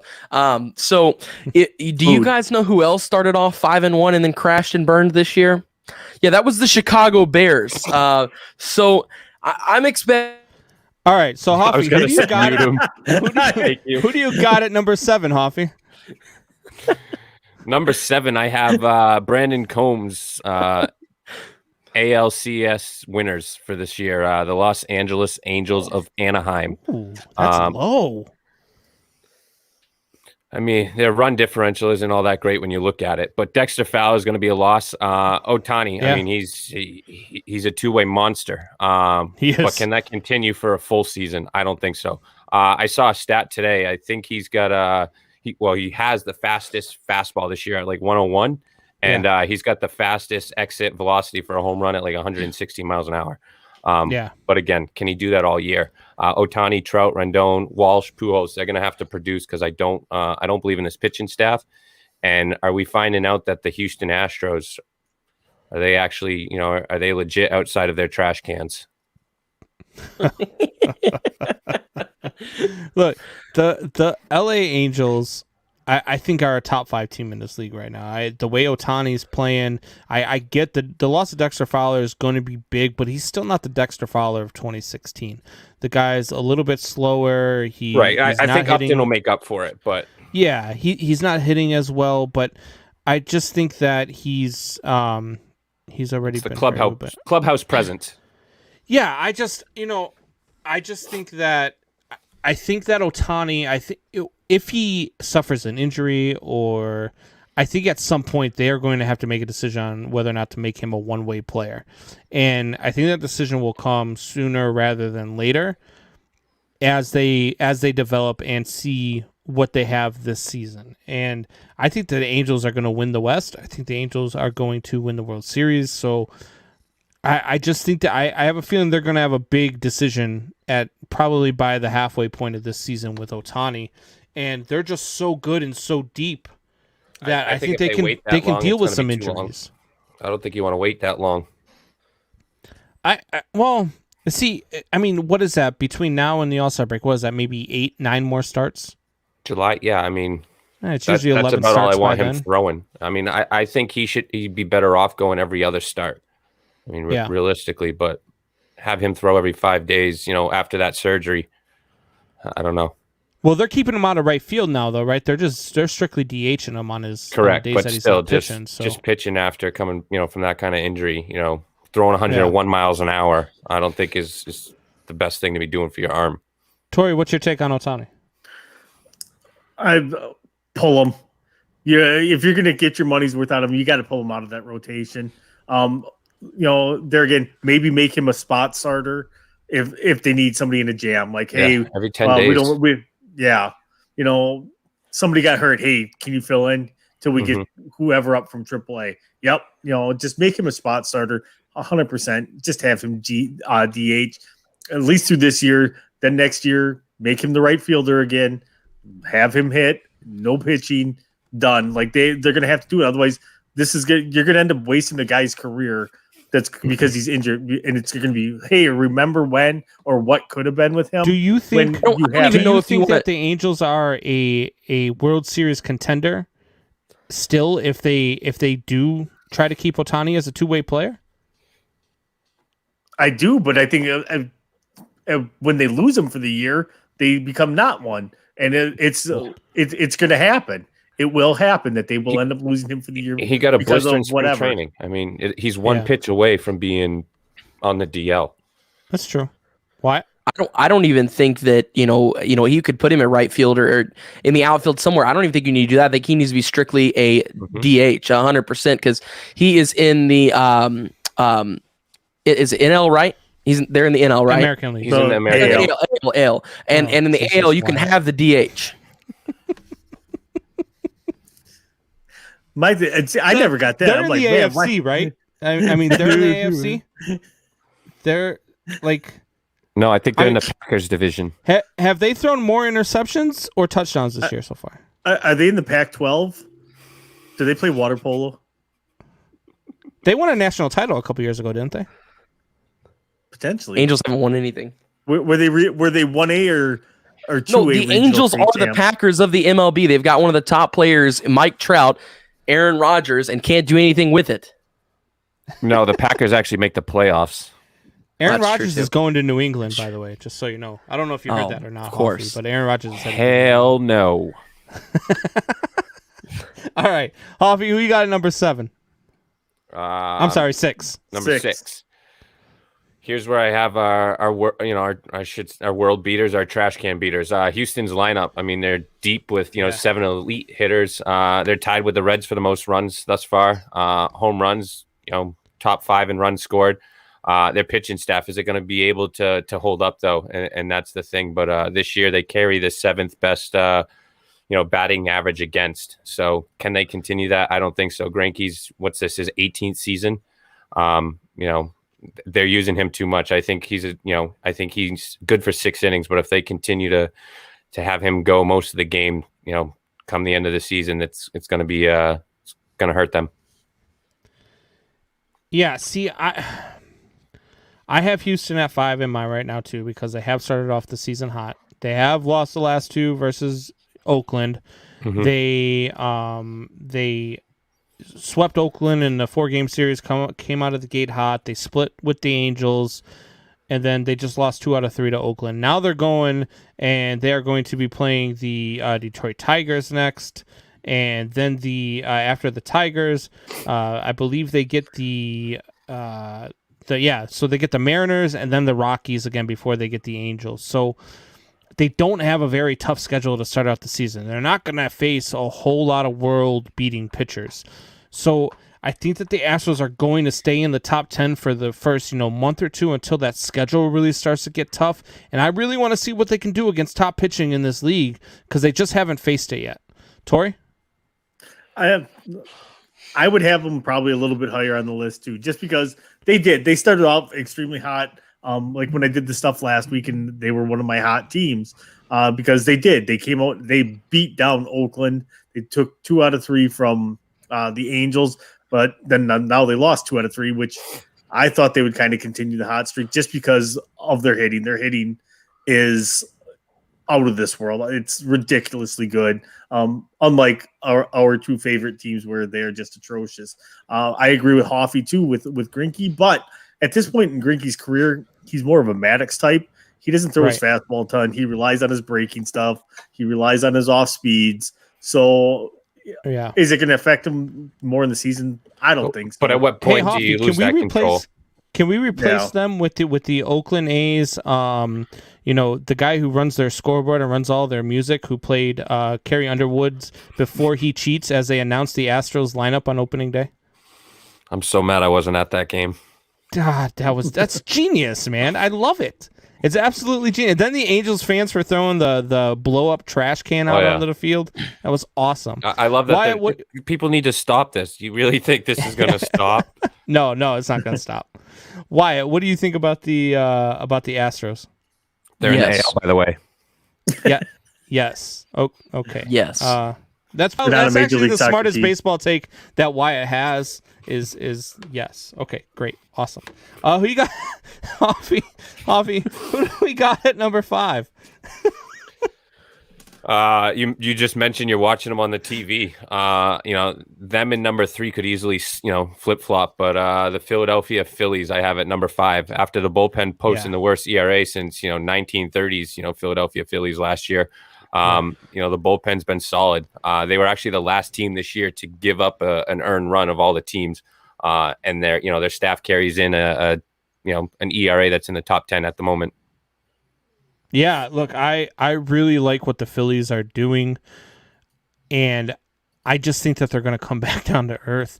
I think that they're to me a lot like the Astros and the Reds. I think they've just started off really, really hot, and at some point they're going to cool down, and they've sort of done that already against the Braves here. And if they lose this one, they've lost 2 out of 3 to the Braves. I know they started off the season hot with that sweep over Atlanta. That was huge for them. And then they beat up on the Nationals, which was huge for them. But the Nationals also were missing like 10 guys on the COVID reserve list. And so I think that the Phillies start is kind of smoke and mirrors at this point. I still think that they're going to be, a top 3 team in this division. I just still think that the Mets and the Braves are better than what the Phillies are. Tori, what about you? I'm starting to buy into the Phillies a little bit. I think that they will actually probably end up being a better team than the Mets potentially this year. Like you said, they beat up the Braves the first game. Like if they lose this one, it's 2 out of 3. Yeah, everybody's beating the Nationals right now because they're missing. They're basically playing with a AAA team up at the major league level right now. But I'm starting to buy into them. They, like Hoffy said, their bullpen has been huge, and their pitching is the biggest question mark on that team. Buckheiser chimes in and said, "Let's talk about real issues. How did the Braves pitcher get such a great mullet?" Apparently he's never seen Corbin Burns' mullet. The only person with worse baseball takes than Wyatt is Buckheiser. He's the only one that is worse than Wyatt with baseball takes. Wyatt, what do you think about the Phillies at number 5? Yes, I like it. Hoffy, who's that for? So I don't even know if I can do this anymore. Number 4, we have the Minnesota Twins, top 5 in every major offensive category. They have lost 2 in a row. However, the pitching staff is 3rd in ERA with 2.83, 5th in Ks. Has Cruz aged at all yet? I mean, the guy's 41 years old and still swings a bat like he's 28. Most of their runs this year have come through solid base hits. Compared to the past couple of years, it's been off the long balls. I think over 50% of their runs the past 2 seasons have come off long balls, only 39% this year. So I have the Twins at number 4. Yeah, man, the Twins coming off of a tough weekend against the Mariners. I really like Byron Buxton, man. Byron Buxton is doing his thing right now, and he's one of those guys that is must-see baseball. Byron Buxton is great baseball, and I like the Twins. Again, I just think that right now, this early in the season, there's still a little bit of smoke and mirrors. They came out hot against the Brewers, and we've seen that the Brewers just can't hit yet. And then they went on and they took 2 out of 3 from Detroit, and 2 of those 3 games were 1-run games, and then they lose 2 out of 3 to the Mariners. So I'm not sold on the Twins. I don't have them. But they're also plus 10. 21 in runs, run differential. I mean, well, right, because they put up 15 on Detroit and 10 on the Mariners. Like, I mean, but they're gonna hit. They're gonna, they got the pitching staff. So to think that they're not gonna, I think Chicago's in more trouble than it is the Twins. If you want to talk about the top 2, in that division. Yeah, I think I don't know, because I think the Twins are probably the most. The Twins are probably the most complete team right now in the AL, hands down. They've got the bats, they've got great starting pitching that's highly underrated. And then there again, the back end with their bullpen is great as well. Outside of was the first game of the season when their closer gave up the game-winning hit to the Brewers, they've been lights out. Yeah. And sorry, I got distracted here. Buck saying, you dog people for saying that they said a player isn't hitting good because the season is young, but Twins are in the top 5 because they are hitting it. No, Buck. No. See, again, you don't listen. Okay? I said it's still early. If guys are struggling, you have to give them a little bit of time. I'm looking at the strength of schedule. I'm looking at who they're playing. Yes, their run differential is crazy right now, but they put up a 15-burger against the Detroit Tigers, who Hoffy and I both had losing over 100 games this season. Like, they're not world beaters. The Seattle Mariners. Let's just be honest. The last 10 years, they're over 100 loss team. So it's a very different story, Buck. You could try to twist it any way you want. Wyatt, what do you think about the Twins? It was great. And apparently, I've never been on live television before. It was great. Demonetized. Yes. Lord help us. Hoffy, who's at 3? So that would be the other team that's on your TV screen at the moment. However, only Orioles have a higher team strikeout rate than the Braves. But they've rattled off 4 straight. They could make it 5 straight if they sweep the Phillies, to take the division lead. We've discussed, all offseason the potential breakout of Acuna being the best player on their team, if not MVP. I think he's hitting coming into today 423, 3 home runs, 6 RBIs. And he hit another one tonight. A 1.306 OPS. I mean, the guy is an absolute freak. Yeah, absolutely. I agree. Look, I like the Braves a lot. I do have them in my top 10 as well. I actually got them in my top 3. So I'm 100% in agreement with you with the Atlanta Braves here. I really like what this team has. I think that their pitching is going to eventually come around. Max Fried isn't going to be as bad as he's been early this season. So I really feel like the Braves are one of the best teams in Major League Baseball. And, they could go ahead and just win this division, and the Mets may just met it up. They may do what the Mets do, and just no matter who they sign, just find a way to suck. Yeah. Tori? Yeah, just like I said about the Twins in the AL. No, wait, Wyatt, do the Twins play in the AL? They actually play in the NFC. So They play in the MLS. The Braves are the most complete team in the National League right now. I would even put them, like, I know the Dodgers have started out red hot as well. I would put them right up there with the Dodgers, just because it doesn't match record wise. But last week, everybody was like, "Oh my God, let's bury the Braves," and this week they're like, "Holy crap, these Braves are pretty good." To me, they're going to be there. They're going to be there all year. It's their division to lose. As I said, they're kind of one of my teams in the NLCS. So. I know the pitching will come around. It will get there. I could see them making some moves. Drew said maybe if they got some French toast, they could get kickstarted. I could see them making a move for another starter or maybe somebody in the back end in the bullpen. At the before or after the All-Star break, but obviously before the trade deadline. So, why? What do you think about the Braves? French toast. It's okay. They're okay. Okay. No. This is the one where I won't just give you a one answer. Okay. You coffee and Holmes. There we go. Coffee and Combs. You got 'em all You flustered. just come in and you say I that Atlanta like coffee sucks with all my this French stuff, and they toast. are not top 5, and now you guys have them top 5. So I just want to know, where are you guys at on this? You guys said they sucked, and now you got them top 5. So where is this coming from? Who said when the did I Braves say they suck? suck? Whoever said the Braves suck? You guys said I have last them week winning that the Braves 96 suck. games this year, or I 92 never said games. the Braves suck. No, I had them winning that was the 92 topic games. You're just starting. That was the topic that me and Buck went over last week, Wyatt. God, Wyatt. Oh, I Maybe love you this need with some you guys. coffee with your French toast. Have Coffee your and maid Holmes. make you some coffee and deliver it to you, would you? Coffee and Holmes. Nana, you gotta Nana, deliver some how? coffee to Wyatt in the morning. Tell the maids to bring the coffee. They'll be here tomorrow, actually. Hey, Hoffy, who we got at 2? Whew.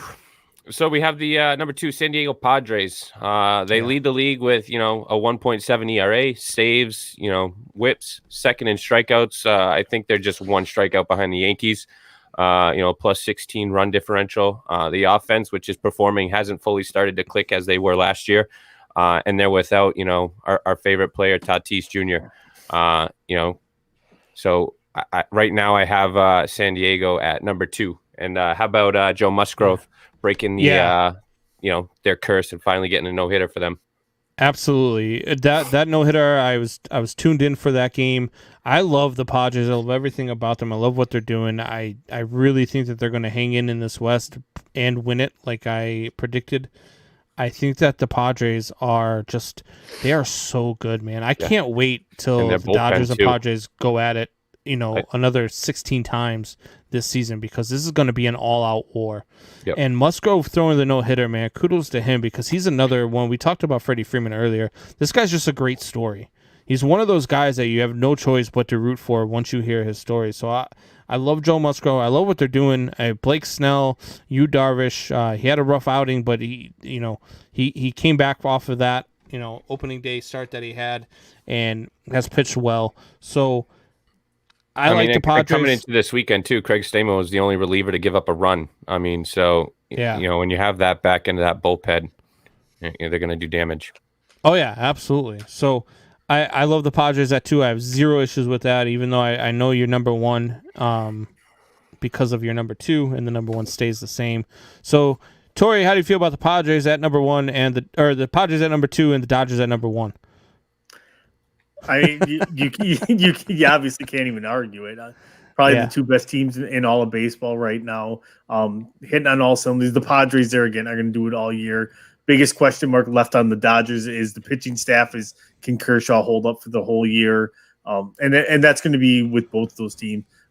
Any kind of devastating injury, like if it comes out and like the Padres lose Tatis for 3 to 4 months, shut your mouth. My question is also, you got David Price and Jimmy Nelson that were moved to the bullpen, and they don't look too good there. So what's going to happen with this Dodgers bullpen? I think the Dodgers are in trouble pitching wise when it comes to the Padres. They're not going to be able to compete offense wise. So I mean, they can compete with any team in baseball. So I think that the Padres are going to end up taking control of this division at some point this season. I don't know how long it's going to take, but it's definitely they're going to get to some point. And I love the Padres. Look, I love everything that they're doing. Their pitching staff is deep. Their bullpen is deep. Their lineup is deep. And even if they do end up, if Tatis wasn't able to come back after this little stint on the DL, if they did opt to have him have surgery and just think about his future instead of thinking about just this year, I think that they'd be able to sustain that. I think they would make the trade, any trade that they could, to go ahead and fill that hole, fill that gap that they have, even though it won't be the same thing as Fernando Tatis. They can get something, and they're deep enough to hide that little, that production. They're that good. I love everything that the Padres stand for. What do you feel about the Padres and Dodgers? They play baseball. They hit balls with wooden bats. So to follow up on that, Combs, I think they'd be smart to have him have the surgery. They just got that new Japanese guy. And I think he would be, I know, but they're already talking about bringing that he's going to be ready to go. They're talking about that he's going to be ready to go, Fernando Tatis, after this little stint on the DL because they said he's progressing well in rehab. I think he's out at least a month, and at that point, what's the point? I mean, I've dealt with the same injury, and you can play through it, you can icy hot, you can rehab it, but eventually that thing's going to fall apart, and then you're out for 2+ years. So it's not worth it. 15 more years of Tatis over this season of Tatis. That's just me. Yeah, I'll give up my MVP prediction for this year for 14 healthy years of him. Yeah, this kid is special, and you have to protect him. You have to, and I know you are in contention. I know you've got a short window to win the World Series. Trust me, as a Cubs fan, I know all about having a great team, but not knowing whether or not you're going to have them around in the next 5 years, and whether or not they're going to be able to repeat what they can do in one season. But this kid has potential to be one of the greatest players of all time. You cannot take that away from him because you want to get one really good season out of him, because you want to get one World Series out of him. You can't do that to this kid. You can't do that to the game of baseball. The game of baseball needs kids like this, and Fernando Tatis Jr. is the future of this game. He's the face of this game right now, and he absolutely needs to be taken out of the driver's seat of this decision, and somebody needs to make this decision for him, and he needs to have the surgery, because that shoulder, it's just like a concussion, man. Once you have one, you're more prone to continuously do it. And he needs to get that repaired. We can't keep having him go out. We can't keep having him miss time, because baseball is better when Fernando Tatis Jr. is in the lineup every day. Yeah, luckily it's not his throwing arm, but still, I mean, the guy swings violently, and his follow-through is one-handed, and that one hand is that bad arm. So, I think eventually, when I first heard of the injury, I was saying to myself, he's just, one Derek Jeter back, off the backhand and jump throw away. But, he's realistically just one swing away from that arm just completely coming out of that socket and, needing completely, constructive surgery and everything. Tori, would you hold him back?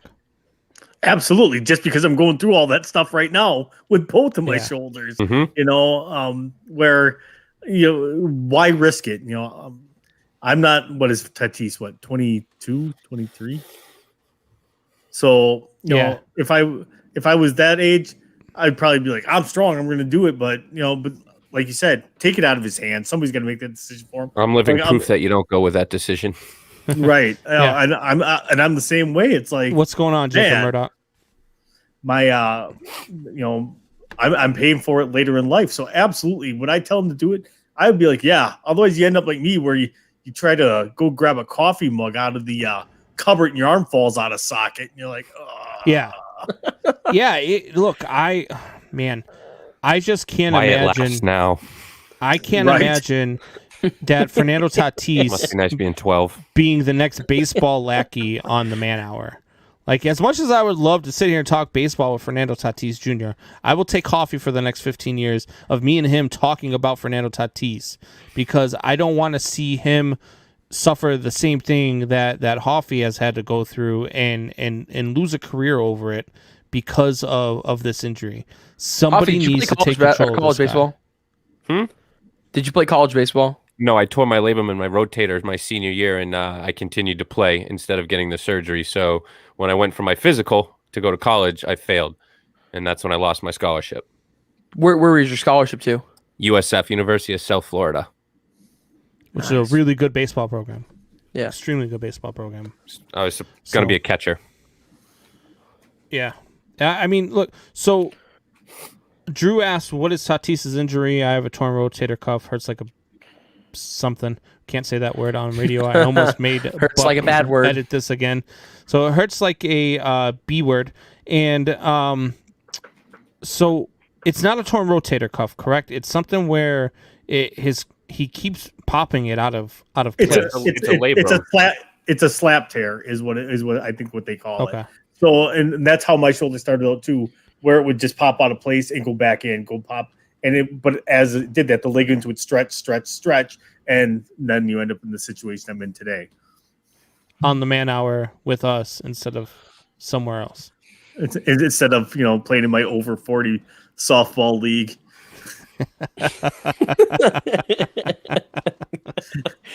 By the way, Combs, I got redemption. I came up in the bottom of the 7th the other night, 2 runners on, down by 2, and I didn't hit it back to the pitcher this time. Did you hit a 3-run dinger? Oh, absolutely. With a bat flip and everything. Attaboy. That's the Hafu we know. Tatis style. Did you bat flip it? Oh, absolutely. Oh, yeah. Yeah, you got to bat flip it. I got yelled at, but I couldn't tell you what they were saying. None of them spoke English, so... So we interviewed Tim Dillard on Friday, which will air at some point this week here on the Man Hour. Now, Hoffa, you know who Tim Dillard is, correct? Absolutely, yep. Yeah, so former pitcher for the Brewers, and he now does their pre and post game. Great guy. I mean, funny as all get out. But one of the things that we talked about on there was like the steroid era, and then the whole cheating thing with the Astros. So for me, it was always like the steroid era was, always got a raw deal. We talk about this a lot, but the Astros cheating scandal was different. And Buckeyster's thing is that they're one in the same. So there's a difference between one team cheating and 32 teams cheating. Yeah. So yeah, exactly. So for you, did say it louder so they can hear you in the back, Wyatt. What he said. For you, did the steroid era get a raw deal with MLB? That is all the time that we have for now on the Man Hour. You guys join us tomorrow at 8 p.m. Eastern. As always, thanks for joining. Man Hour